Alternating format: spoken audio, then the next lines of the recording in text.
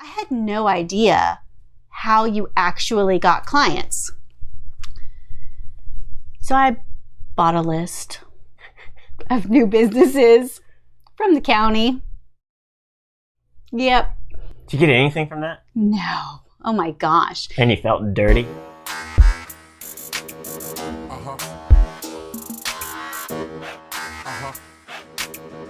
Hey, welcome to Smart AF. I'm your host, Torie Mathis. We have got a great show for you today, so let's get started. Hey guys, welcome to the show. I'm your host, Torie Mathis, and I'm here with the one and only founder of Miles Through Time Automotive Museum, Torie Mathis' partner in crime.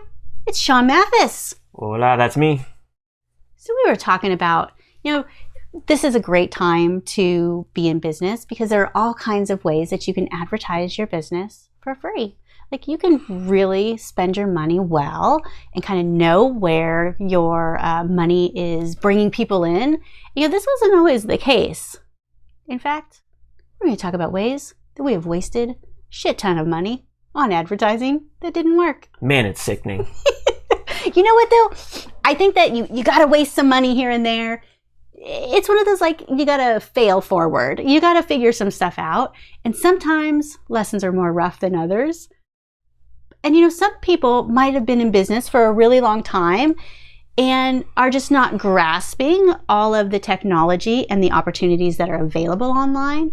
And so I'm sure that some of you have had some of these fun times. I think to compare, it does make it sink in a little bit more that, some of these newer ways of digitally marketing are a lot more effective than, some of the more traditional older ways that you had no idea. When you're dealing with a $500 budget and you're like, here, put this out on a billboard and I hope it works, versus spending the same $500 and honing in a Facebook ad for a specific event that draws in 1,000 people into the museum. It's a no-brainer to compare the two. So when I first started my business, I was doing publishing and I was doing real estate magazines. And when the real estate market came crashing on down, we lost all of our clients because literally we only had real estate clients, except for 3 clients stayed. And I actually still have one of those to this day. And I started doing that in 2006. And I am still making those magazines. So that one client.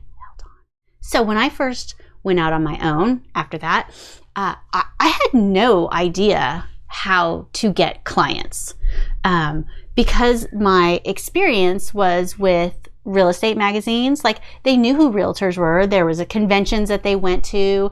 And I think that they actually cold called I know what you're going to say. A lot of real estate, people. So that was what I saw. Or, I worked for my dad's business for a while and he did a lot of government contracting. And so that is where his leads came in. Before that, I worked for an audio video kind of type company and they had contracts with builders. And so that's where their people came in. I had no idea how you actually got clients. So I bought a list of new businesses from the county. Yep. Did you get anything from that? No. Oh my gosh. And you felt dirty? Well, then I didn't even know I have new business. I didn't even know what to do with it then. I mean, it wasn't like Most of them were probably just phone numbers too, not even emails. Right? Yeah. So it would have been 2007. So yeah, I had this list that I bought. I spent money. I had some people. No, I never got one customer from that. So then I was like, okay, I'm a veteran. I'm a woman. I can be a veteran-owned business. Oh, Lordy. So veteran-owned, women-owned. I've looked up every single certification I could get. And I was like, I'm going to do that. Then I'm going to be listed on these websites. People are going to choose me. Man. You know what I got? I got 5 crappy ass clients, the worst clients ever. I'm so bunch of quote requests. Oh my gosh, people just shopping, and then it was just I won't even go into it. It was more dirty than buying the list. It was not cool. They weren't just. like you would think I thought like, okay, I'm military. People will want to choose me because I'm military and I'm responsible. And no, they just want the cheapest because they're trying to make the most money on their job, which like I totally get. And so they only want to use you as like the smallest part of their job so they can get military contracts is what I ended up, like those are the people that I got. And they weren't nice. They weren't, they didn't care that I was a small business. They wanted to pay me on like 90-day terms. Some of them were like even more like, I couldn't do that. I was one person, brand new, like, so any type of design or printing, they came to me and it was bad. And like one of those clients I had for like a year and they were just like dick me around with paying me. And they're like $1,000. Like, can't you wait for that? Like, it's not that important. Oh. Can't you just pay it then? Can't fucking just pay it, all right? Like, oh my goodness. So I wasted money trying to get all of these different certifications. Like, and all this costs money. Like, didn't you just have one of those? And you were like, I didn't realize it was going to cost money. Some SAM thing. What was that? Which one? SAM. It was some federal. Oh, yeah. I wound up going down some rabbit hole of veteran-owned businesses again. So I'm still like, well, yeah, hell yeah, veteran-owned. He didn't talk to me, you guys. And at first I saw I just needed a DUNS number, so I knew we already had that. And then I got that part done, and it's like, well, now you need a SAMS number. And I'm like, well, what the hell is that? So I go to try to get that one. Well, that one you've got to pay a shit ton of money. Can I tell you something first? Like, put your email address in for that. Mine. I did yours specifically because it's all under your name. It's not my business technically. So just to avoid any potential issues, I just use your email. I'm like, I need to get a code or something. I can get it from your email, and you're overwhelmed with emails anyway. So I assume you probably won't even see them half the time. But it was like, I want to say it was over $600 just to get the SAM number in the directory, which you then needed to be able to get this veteran-owned certification or something. Like, why the hell can I just show DD-214 and we'll call it good? Because they're a business just trying to build some directory. Wasted money, man. So those were definitely not good. Yeah. But you know what? I have never, for myself, for my own business, because I learned, like, anytime I would try to do any type of advertising like that, because I'm a service-based business and it was only me and I had to work so closely and personally with these people, like advertising that way, like I wasn't able at the time to be able to flesh out the good people. So the ones that I got, they were just horrible. So for me, like referrals and networking and like actually going out and talking to real people so you could feel like if there was a connection, like that you would actually want to work with them. Yeah. Okay. Wasted money. You did B&I. Yeah, I did. Huh? Okay. So when Sean stopped working corporate and he came and started working with me and we started working together, the kids were still super little. Like, I can't really go out and do things when I have kids. Like I never sent the kids to any type of daycare or anything. I'm a stay-at-home mom, and I'd already been running my business from home. So I was like, I've already done it. I'll just keep doing it. And so that's just what I did, and it worked. And so I never really went out to chamber or networking. So when Sean came on, I was like, da, da, da. So Sean joined B&I, which is expensive. Like I didn't realize. And the chamber. Chamber is not as expensive, but still, when you're in the beginning stages and stuff, like you got to be careful where you spend your money. You got to be able to tell where that return is going to be. So, what did you feel about B&I financially, and then just like in general? It was way the hell overpriced, first of all. But apparently, the price of it all depends on your area and your specific chapter. But I think ours was over $1,700 for the year just to be a part of this group that then met on a weekly basis in the morning. Was it weekly? That's a lot. I think it was. Yeah, it should have been. It was definitely weekly. Wednesday morning or something like that. But the problem is you can only be in there for a specific category industry? Of your business. Yeah, a specific industry. And the one that was closest to our house, like by a lot, already had a website designer. So I couldn't do anything about that, which meant we were in there as the printer. Now, printer would have been best for a local printer that has printers, you know? Well, you know what? Even for like, if you're doing really, really, really big jobs, but if you think about like just people to people, other businesses, like you're not making the same amount as you are if you're doing a website. Like $1,700 a year, like one website would have paid for that. Printing, oh my God, if people printed business cards with us, like, you know how many sets of business cards you would have to print to make $1,700? Like a lot. Yeah, I mean, we got some business cards. We printed a few flyers. Candlewood Suites came from that, though, didn't they? Or was that from... That was a chamber. Oh, never mind. We got some weird people trying to just sell us their business stuff, that Bunny one. He was weird. Yeah. I ended up meeting some weird people. And like, I hate it when I think it's going to be good, and then all of a sudden it switches, and they're just trying to sell you something, or I don't know. Well, I mean, really, that's what it is. They're all just trying to... Don't try to sell me, though. Don't try to sell me marketing. Mm-hmm. But then, like, we offer print, but it was always from a perk of everything else that we do. We don't go out there. I mean, we've never just marketed. We're printers. You know, we can design something for you, and if you need it printed, we'll take care of it for you. But to just go in the printing angle, it is not the category we should have been in. I think we made the money back on what it was. Do you think we did?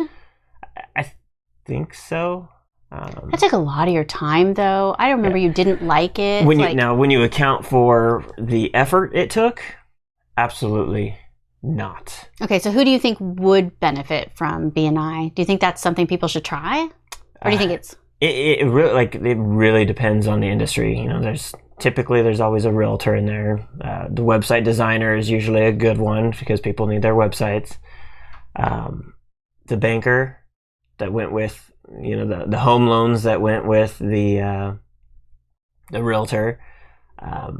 The home inspection. The guy that came in there, I mean, he was killing it. They were keeping him busy. Really? Because it's a constant flow of business. Like if in that world, if you're constantly needing inspections, like you're going to use your guy, right? Right. Where for us, how much printing do they actually need outside of just general low dollar and low quantity items?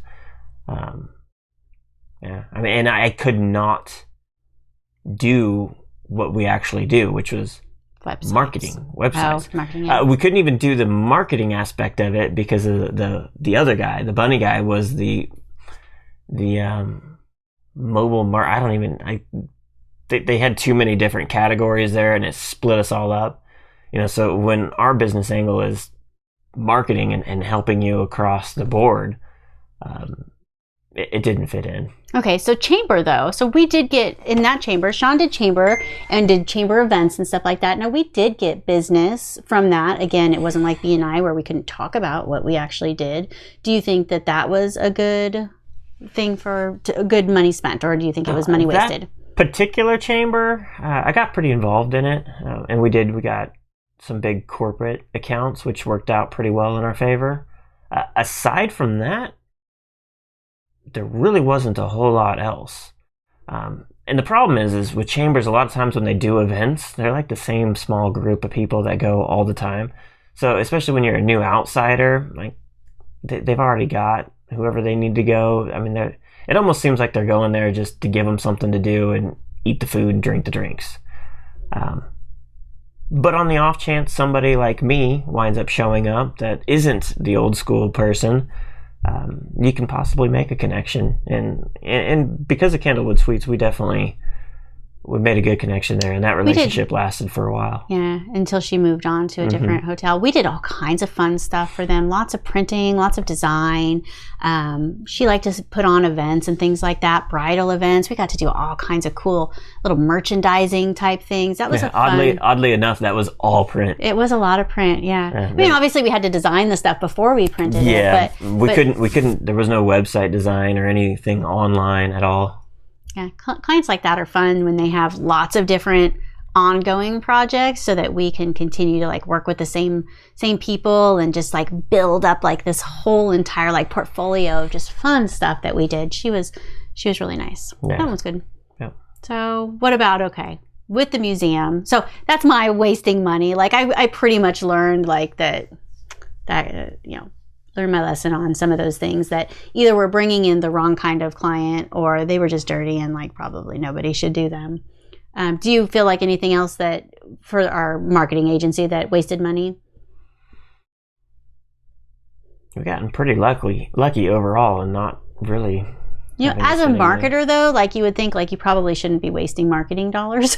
So maybe that's a good thing. Like we definitely have tried some different things, but yeah, I think by this time I'm not really losing too much. Well, it was like when you first started or when I first started. Other than that, we haven't really spent any money at all. Not too much. Yeah. And we can have another video on stuff that we think that works. I really wanted to talk about like some of the things that didn't work. So what about with the museum? You've had a few things there. That billboard didn't work at all. Okay, so Sean always wanted a billboard, so it was a digital billboard, so it was... Billboards are expensive as all hell. Digital was the only thing that I could afford, which came with a whole another set of issues, because it's not always up. So I'm paying for shared space. However, though, like the road that it was going to be on is like the road out of Atlanta. So like anybody that was going for like day trips and things like that, because the area that the museum is, it's not like right where we live. It's in an area that people do go for day trips and do go to some of the cool little towns that have shops and little like mountainy towns and stuff. Like it's on the way there. Yeah, location wise, you're not going to get much better. But you never know sometimes until you know. But I was able to measure it when we had the billboard as far as finding out if people actually...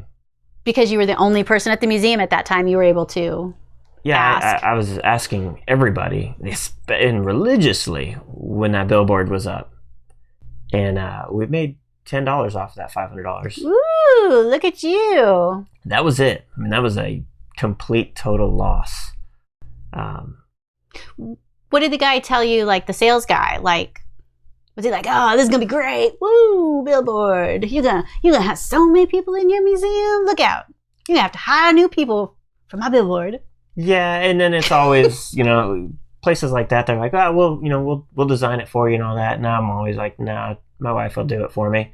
And then it was it's the best design I've ever seen, and of course, stroking the whole ego and everything. And meanwhile, it wasn't the best. Got my money, and no, yep. it didn't pan out. So you get hit up all the time from local magazines. Oh my goodness, all the time trying to get you to advertise in them. And we look through them, and a lot of time it's like wrong area, wrong demographic. But you did one. How did they actually get you? Well, first of all, if I paid for an advertisement in everything that somebody has come to me for with the museum, I'd spend thousands of dollars. And obviously that's poor business. Like there's no way I can recoup that kind of budget, at least at that time. And so there was a magazine that was pretty popular and it looked like a decent magazine. So I've been I think I had turned them down before, and there was a few others, and then there was this map guy that sells a map, and it was like a business card ad around the map, but then it didn't even print in full color. It was all like green. It was just green and like off-white, and it was awful. I'm like, I don't want to be in that magazine or in that map. And then, so this other magazine comes up again, and I'm like, all right, well, let's do something so that we're out and in front of all these local people that apparently think this magazine's great. So I pay for an ad in it, and it's wrong. The whole entire first month doesn't even have the right phone number in it. So how did I not design this? How did that happen? They just did it? Or? I think, I don't think it was an option to have it. And they didn't give you a proof? They're like, thanks for the money. Cha-ching! Yeah, apparently it kind of just happened, and I didn't even know until it was too late. So then, I think that I saw that it was wrong, and it was like 2 months later. Yeah, so they wound up giving us another month of it being correct in another issue, but I mean, it wasn't anything great. And then there's the video ones where they'll come and they'll give you all kinds of video content. But then there's only so much you can do with that as well. Well, and if they give you like 4K content, like video is not easy for just the regular person to deal with that kind of content. We did the world record and you had all kinds of people send you some content and stuff like that. And then now we just have like hours and hours, it's not easy to move around. It's not easy to process unless like that's like what you do. So if somebody tells you that they're going to come and bust out a whole bunch of video, like might not be the best thing for your business. Even though it sounds cool. Like I want video content. Come shoot me. Not really like shoot. Yeah. And some of that stuff, the best we've had were things that didn't cost us anything. I mean, they were free. We've had other people that have come out and done videos in the museum. I didn't pay for that.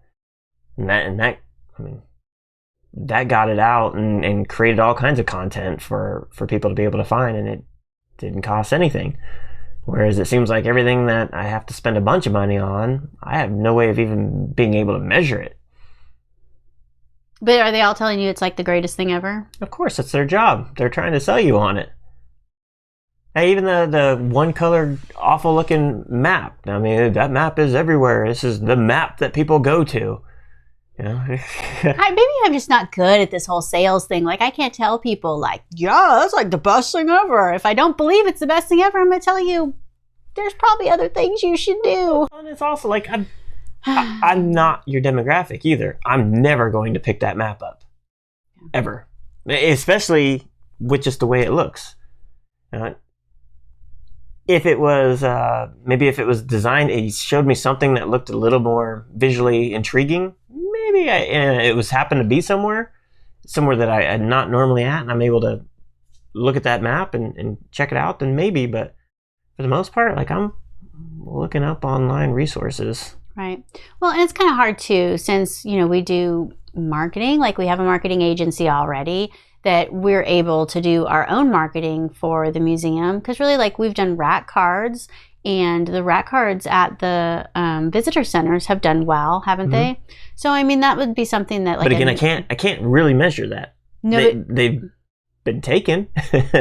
But as far as somebody coming in and saying, oh, I saw your rat card at the Welcome Center, so we had to take a drive over here. What about at local hotels or anything like that? Has anybody ever come in and... Really? Nope. See? I mean, maybe they have, but that's... Yeah. And the thing is maybe they saw that, but then they looked online and went to the website, and, by the time they got to me, they're like, I saw you online. Meanwhile, they may have, found the rat card at some place. Now, the local chamber, rat cards in there, and apparently there's people that go into chambers in these small towns and are like, show me what you got. And I got a few people that way. But yeah, for the most part, it's really easy to just burn money in marketing. You gotta be really careful. So I think that, like, if you're trying to figure out what to spend money on, you talking about, you don't really know if people have come from that. Like, the first thing to do is make sure that you can track. If you absolutely want to spend money on marketing, more power to you. Great position to be in, but do it somehow that you can measure it. Otherwise, it probably doesn't work. So things digitally, where you can actually see the analytics and things like that, or direct marketing type things where you're actually, like, maybe you're sending them something, but you're telling them to do something so specific that you're able to track whether that happens. Some of those things would be, like, some of them sending them to a website, so you could see, like, you sent them to a specific page on a website, so you would know that those people got that. Or in things that, like, have, like, if you have a business that has a specific coupon or something, like those coupon books and things like that, if you're able to track that, like, that coupon came from that book, and, like, that's your business model that you do, you attract new leads with coupons, then at least you're able to track that. But if it's something that you have no idea, like, man, I hate it when I get somebody that's like, will you design me a billboard? Like, yeah, Are you sure? Like, I really don't want to design you a billboard because I know how much billboards cost, and I know that there is no way you're going to know if that thing works. And that a lot of times people could be spending their money a lot better. So now, unless you can really ramp it up, and For sure. like local here, you might know a realtor named Mark Spain. That's because he's probably got a $500,000 budget just for billboards. So if you have a $500,000 budget, this might not be the video for No. you. Go ahead. Get your business and all kinds of stuff. For everybody. Every town. Billboard, billboard, billboard. But if you're looking to like try to, market your business and grow, and you don't want to waste money, and you got a little bit of a tight budget, or, like us, like we just don't want to waste money. Like every dollar, we'd like it to be spent pretty well. We're willing to try out some things, but if we try things out, we want to be smart about them. Don't be dumb with your money. Don't be dumb with your marketing budget. And with technology today, tracking is so much easier and like totally doable for anybody. Well, it's even easy to spend and waste money on digital marketing. Like Facebook makes it so easy for you to boost a post that should not be boosted. Like there's absolutely zero reason for you to ever put money behind some of these posts, and yet some people, they do. And Facebook makes it easy. It doesn't work. You're not going to get any return on it, but Facebook made their money. Watch the other video about why Facebook marketing doesn't work, why it's dead. Facebook marketing is dead because, you can blow through money like you're in control of your own budget. And if it's not working, then there might be something wrong. Even the best ad that you could create on Facebook that you've been running for years can all of a sudden burn through money. If things stop working, algorithms change, just whatever could happen. Or you could take the greatest ad that could have worked like super wonderfully, but you put it to the wrong audience and nobody's gonna, it's not that it's a bad ad, it's just it's not in front of the right people. So it's easy to waste money. So you gotta be careful. Make smart decisions. And if you like this episode, we would appreciate it if you would like this episode and give us a review. We're trying to reach more people. We want to reach business owners. We want to help you guys. We want to help you not waste time and money and make smart decisions when it comes to growing your business. And as you see, we've made mistakes. We all make mistakes. We just try to learn from them and do a little bit better next time. And if you want some free resources on how you can better spend your money on marketing, you can go to TorieMathis.com. We got all kinds of goodies for you there. And we will see you on the next one.